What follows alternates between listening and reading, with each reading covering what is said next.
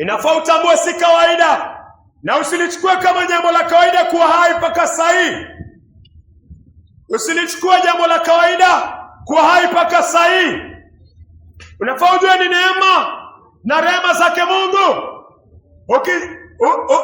Ukijichunguza matendo ambayo umetenda si mazuri mbele ya Mungu. Hata uenda matendo ambayo unatenda sahi hayampendezi Mungu, lakini Mungu amekuhifadhi. Mungu amekupatia rehema. Mungu amekupatia neema. Mungu amekupatia pumzi. Mungu amekupatia nguvu. Mimi vile vile za kuwa hai. Inafaa kumrudishia Mungu shukrani. Usimlipe Mungu kwa yale mema amekufanyia, umlipe kwa mabaya, kwa kutumia nguvu zako, kwa kutumia akili zako, kwa kutumia mwili wako, kwa kutenda yale maovu. Kulingana na maandiko, siku inaanza jioni. Siku inaanza jioni. Tayari kwa neema ya Mungu tumeingia 2026. Tayari kwa mjibu wa maandiko, siku inaanza jioni. Tumeingia 2026. Tayari tuko 2026. Jua likizama huwa tayari siku imeanza kwa maandiko. Katika kitabu cha Mwanzo, Mungu anasema ikawa asubuhi, ikawa jioni, siku ya kwanza. Jioni ndio inakalama kwamba siku mpya imeingia. Mungu amekuwa neema, umeingia 2026. Wafikiria kumlipa Mungu na nini? Kuishi maisha maovu, kuishi maisha machafu. Hiyo ndio unataka kumlipa Mungu? Mungu amekulinda mwaka mzima. Mwaka mzima Mungu amekulinda. Usiku wa leo hapa Mama Ngina, wazo lako ni ufanye nini? Unawaza kuzini? Unamlipa Mungu vibaya. Unawaza kulewa? Unamwambia Mungu, asante kwa kunipa nguvu mwaka mzima, alafu hiyo neema naitendea maovu. Usiku wa leo wamlipa Mungu vipi? Kuna baadhi ya wagonjwa ambao tumekuwa nao Makadara, hawajafika hii tarehe umefika. Kuna baadhi ya watu hawajafika haya masaa umefika, wameondoka. Wengine kama walikuwa hawajaokoka wako jehanamu. Unapanga kumlipa Mungu kwa matendo maovu, wapanga kumpa Mungu maisha machafu ya 2025. Kitabu ni Mhubiri 12 mstari wa kwanza. Mhubiri 12 mstari wake ni wa kwanza. Ecclesiastes 12 verse 1.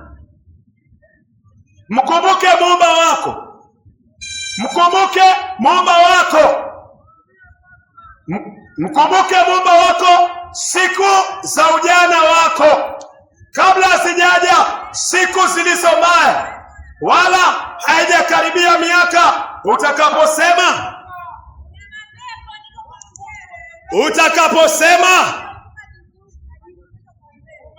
haijakaribia miaka utakaposema mimi sina furaha katika hivyo. Mungu anasema umkumbuke katika siku zako za ujana. Siku za ujana ni hizi. Siku za ujana ni hizi. Siku za ujana ni wakati uko na nguvu. Kwa nini Mungu anasema umkumbuke siku za ujana? Mwanadamu ako na tabia ya kumsahau Mungu. Mwanadamu yuko na tabia ya kumsahau Mungu. Ndio maana Mungu anatuandikia kwa Mhubiri 12:1. Mungu anakuambia mkumbuke Muumba wako siku za ujana wako. Siku za ujana wangu ni mkumbuke Muumba wangu. Hii ni mojawapo ya siku. Mungu anakuambia mkumbuke Muumba wako siku za ujana wako. Wafikiria kufanya nini usiku wa leo? Wampatia nani maisha yako ya kutawale usiku wa leo? Yesu anasema anayetenda dhambi ni mtumwa wa dhambi. Yohana 8:34.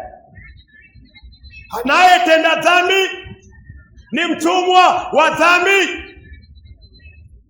Usiku wa leo uko Mama Ngina, nini nagonga kwa moyo wako?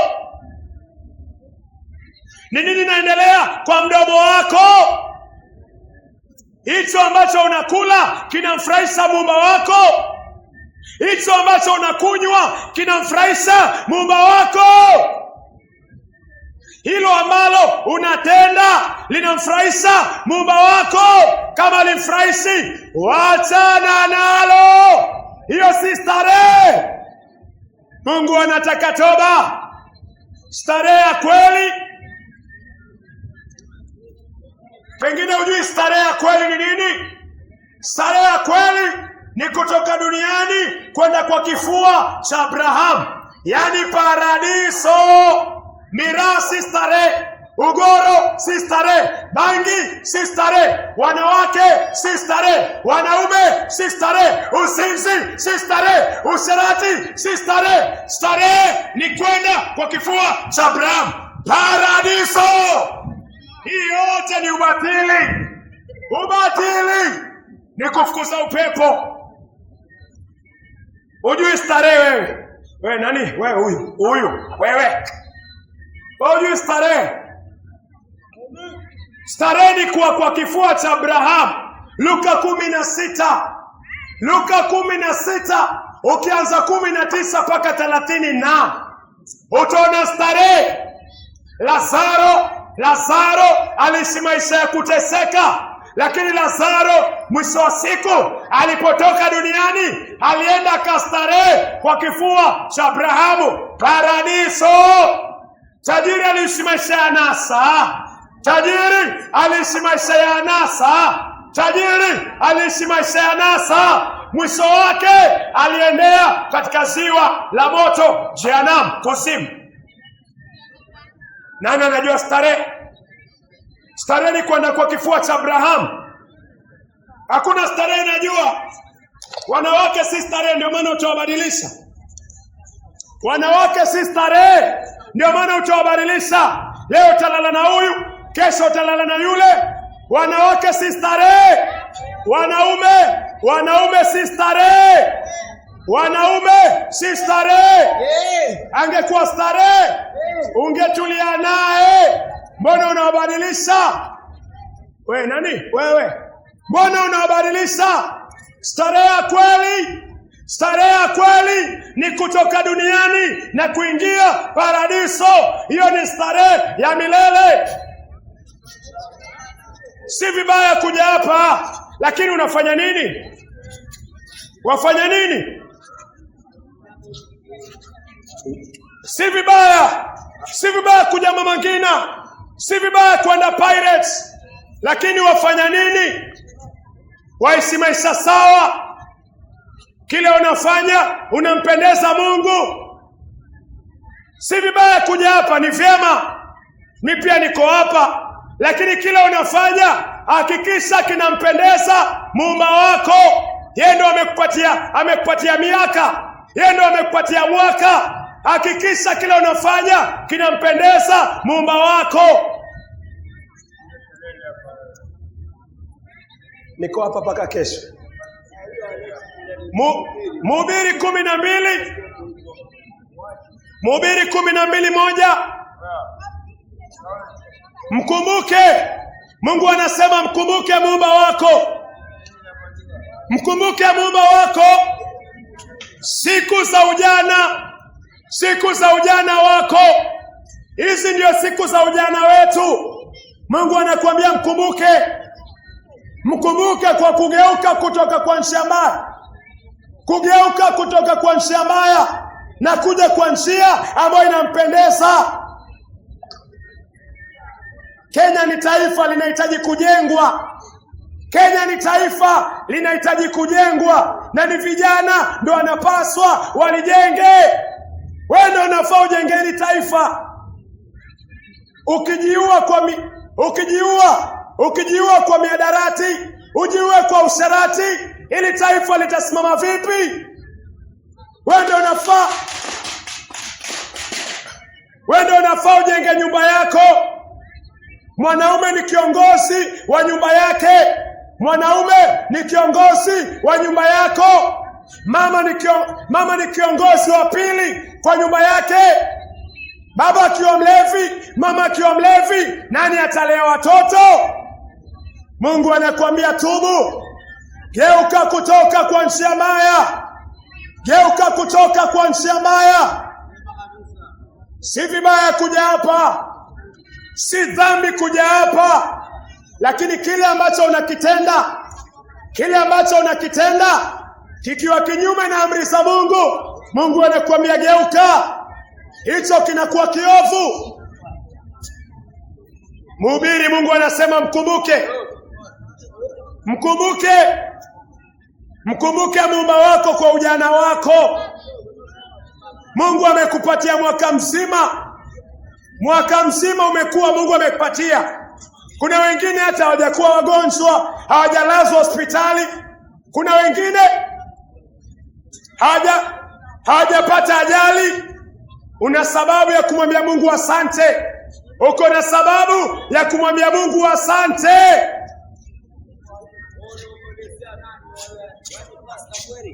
Uko na sababu ya kumwambia Mungu asante. Geuka kutoka kwa njia mbaya. Geuka kutoka kwa njia mbaya. Ile njia iliyo mbaya achana nayo. Hakuna mtu ameishi maisha mabaya amemalizia vizuri. Starehe ya kweli ni kutoka hapa duniani na kuingia paradiso. Hiyo ndio starehe ya milele. Mungu anataka usipoteze focus. Na kama umepoteza focus, rejea. Kiri dhambi zako, wachana nazo, rudi kwa neno la Bwana. Rudi kwa neno la Bwana. Mungu anatoa msamaha kila siku. Mungu anatoa msamaha kila dakika. Chochote ambacho hakiko sawa, nenda mwambie Mungu, hapa nimekuasi. Mungu asante kwa mwaka mpya, hapa nimekosa, na ugeuke, ukiache. Anza kuomba, anza kutumia magoti yako, anza kutumia sauti yako, anza kusoma neno la Bwana. Mungu aliyekupa uhai, aliyekupa uzima, aliyekupa neema, regesha moyo wake kwake. Ukijua wazi kuna starehe ya milele. Starehe ya milele ni kuingia kifuani kwa Abrahamu. Starehe ya milele ni kuingia paradiso. Mtu yoyote akikosa paradiso atachomeka milele. Mungu anakuita kwa upendo. Yohana 3:16. Kwa maana jinsi Mungu aliupenda ulimwengu. Mungu aliupenda ulimwengu. Ulimwengu ni wewe. Ulimwengu ni mimi. Mungu alinipenda. Mungu alikupenda hata akamtoa mwanawe wa kipekee. Mungu anakupenda leo. Mungu anakupenda kesho. Mungu anakupenda kesho ukutwa. Wewe na mimi nitugeuke kwa njia mbaya. Geuka kutoka kwa njia mbaya. Umwamini Kristo. Uishi maisha masafi. Uishi maisha masafi. Mkumbuke Muumba wako kwa siku za ujana. Yaweza kuwa umeishi maisha machafu, unasema mimi Mungu anaweza nikubali. Mungu anasema njoo vile ulivyo. Mungu anakuambia njoo vile ulivyo. Kuna mwizi msalabani. Huyo mwizi alikuwa mwizi, maisha yake hayakuwa sawa, lakini alimwambia Yesu kitu kimoja: Yesu, nikumbuke takapoingia katika ufalme wako. Yesu alimwambia leo nitakuwa na wewe paradiso. Huyo mwizi alimpa Yesu maisha yake. Yesu hakumkataa. Mungu hajawahi kukukataa, lakini wewe ndio utamkataa Mungu. Mimi ndio nitamkataa Mungu kwa kuchagua dhambi, kwa kuchagua maisha ambayo yanapendeza mwili lakini yanaua roho, utamkataa Mungu. Mungu hapendezwi na dhambi. Nikichagua dhambi, hiyo dhambi itakuweka jehanamu, itakuweka mbali na uzima wa milele. Mpendwa,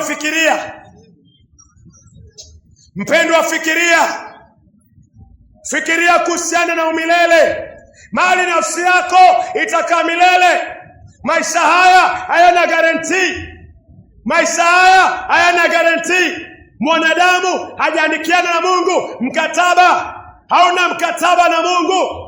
Mimi sina mkataba na Mungu kwamba maisha mengine niwe hai. Mimi na wewe ni wasafiri. Sisi ni wasafiri. Hapa duniani tunapita. Fanya marekebisho. Mpendwa, fanya marekebisho.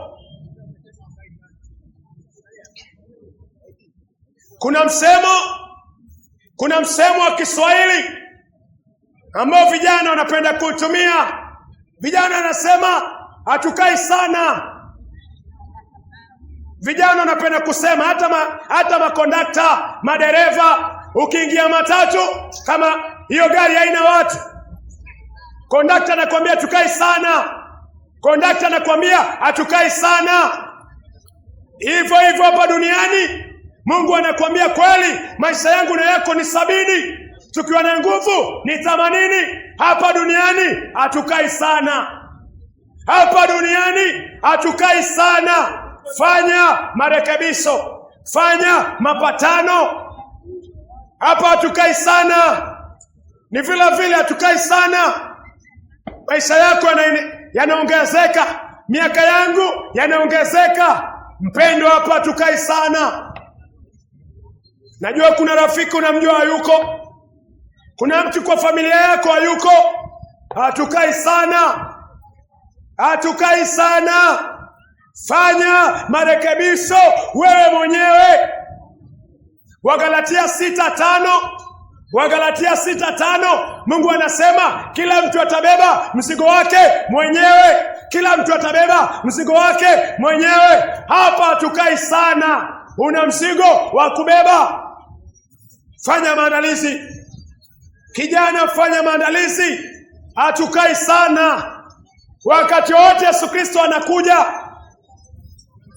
Wakati wote Yesu anakuja. Hapa hatukai sana.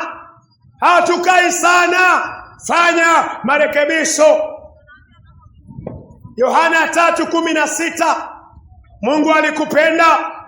Mungu alinipenda hata akamtoa mwanawe wa kipekee ili mimi na wewe tusipotee bali tuwe na uzima wa milele. Yesu alitolewa ili uwe na uzima wa milele. Alitolewa. Fanya marekebisho usiku wa leo. Kama mwizi msalabani alipokelewa, mimi na wewe kwa uwezo wa Mungu na rehema na neema, Mungu anasema njoo. Mungu anakuita mpendwa. Anakuambia njoo mwanangu. Mungu anakuita.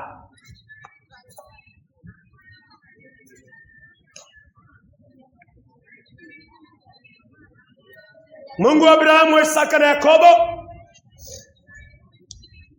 neno lako umelisikia mahali hapa. Naomba Bwana, wale uliowazungumzia, wacha neno hilo likafanye kazi, likawabadilishe. Kama mwizi msalabani, Bwana ulimpa rehema na neema. Alipokupatia maisha yake, moyo wake, akili yake, nguvu zake, Bwana, moyo wake wote, ulimpatia neema na rehema na huruma. Bwana Mungu, nenda ukapatia rehema na huruma kwa wapendwa walio mahali hapa. Bwana, kapeane toba Bwana, kabadilishe maisha yetu Bwana, kutoka kwa maisha ambayo kupendezi kuelekea kwa maisha yanayokupendeza.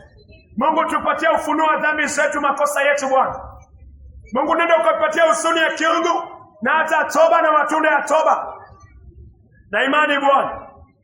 Nafsi hizi zote Bwana zilizo mahali hapa nasikabidhi mikononi mwako Bwana. Asante kwa kuwa umesikia. Mungu, nenda ukaongea na nafsi. Wewe ndio unayeokoa Bwana. Hata usiku wa leo Bwana, nenda ukahudumie mioyo ya wapendwa wao, na ni kwa jina la Yesu Kristo aliye Bwana mkombozi wetu tumeomba tukiamini. Amina.